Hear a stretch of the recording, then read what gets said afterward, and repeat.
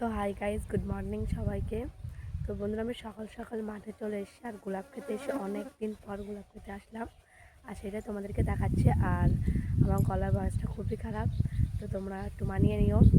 তো এই দেখো সেই গোলাপ ক্ষেত, আমি কটা গোলাপ তুলতে এসেছি, তো ভাবলাম তোমাদেরকেও দেখায়। আর অনেক দিন গোলাপ খেতে আসা হয় না।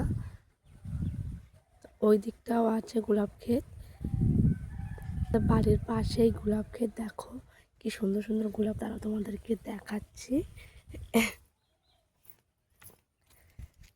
এই দেখো কি সুন্দর লাগছে, তাই না?